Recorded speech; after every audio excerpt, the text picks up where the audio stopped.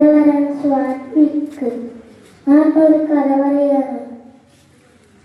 പണ്ട് പണ്ട് പണ്ട് ഒരു മനോഹരമായ പൂന്തോട്ടമുണ്ടായിരുന്നു. ആ പൂന്തോട്ടത്തിൽ രണ്ട് സുഹൃത്തുക്കൾ ഉണ്ടായിരുന്നു. അവര് ആരെന്ന് എന്നെ ഒരു ഉറുമ്പും ഒരു പുൽച്ചാരിയും.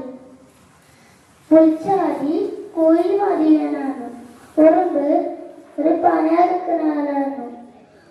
പണ്ട് എന്നിട്ട് വേനൽക്കാലം എത്തിയപ്പോ ഉറുമ്പുറുമ്പിന്റെ വീടും നന്നാക്കി ഭക്ഷണങ്ങളും ശേഖരിച്ചു വെച്ചു.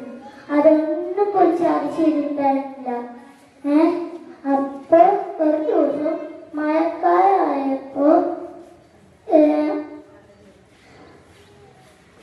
ഉറുമ്പ് വീട് നന്നാക്കിയിട്ട് ഭക്ഷണങ്ങളും ശേഖരിച്ച് വെച്ചിട്ടുണ്ടായിരുന്നു.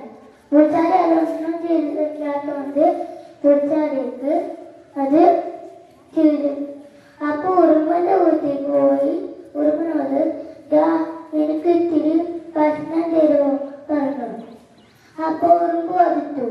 അടുത്ത വേനൽക്കാലമായപ്പോ പുൽച്ചാരി അതൊക്കെ ചെയ്തു. അപ്പൊ അതെല്ലാവരും ചെയ്തപ്പോ പുൽച്ചാരിക്ക് അത് ഓർമ്മ വന്നു. നമ്മുടെ മലയാള സാഹിത്യത്തിൽ എഴുത്തുകാർക്ക് പലതരത്തിലുള്ള വിശേഷണങ്ങളുണ്ട്. ഉദാഹരണത്തിന് പ്രതിനിധി ഇവിടെ ചോദിച്ചിരുന്നില്ലേ ബേപ്പൂർ സുൽത്താൻ ആരാണ്? അതെ, വൈക്കം മുഹമ്മദ് ബഷീർ. ഇതുപോലെ കുറച്ച് എഴുത്തുകാരെയും അവരുടെ വിശേഷണങ്ങളും നമുക്കൊന്ന് പരിചയപ്പെടാം.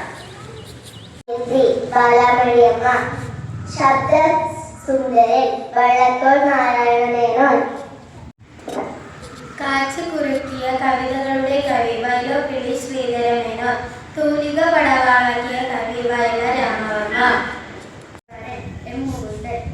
ഉച്ചര ശബ്ദകാര്യൻ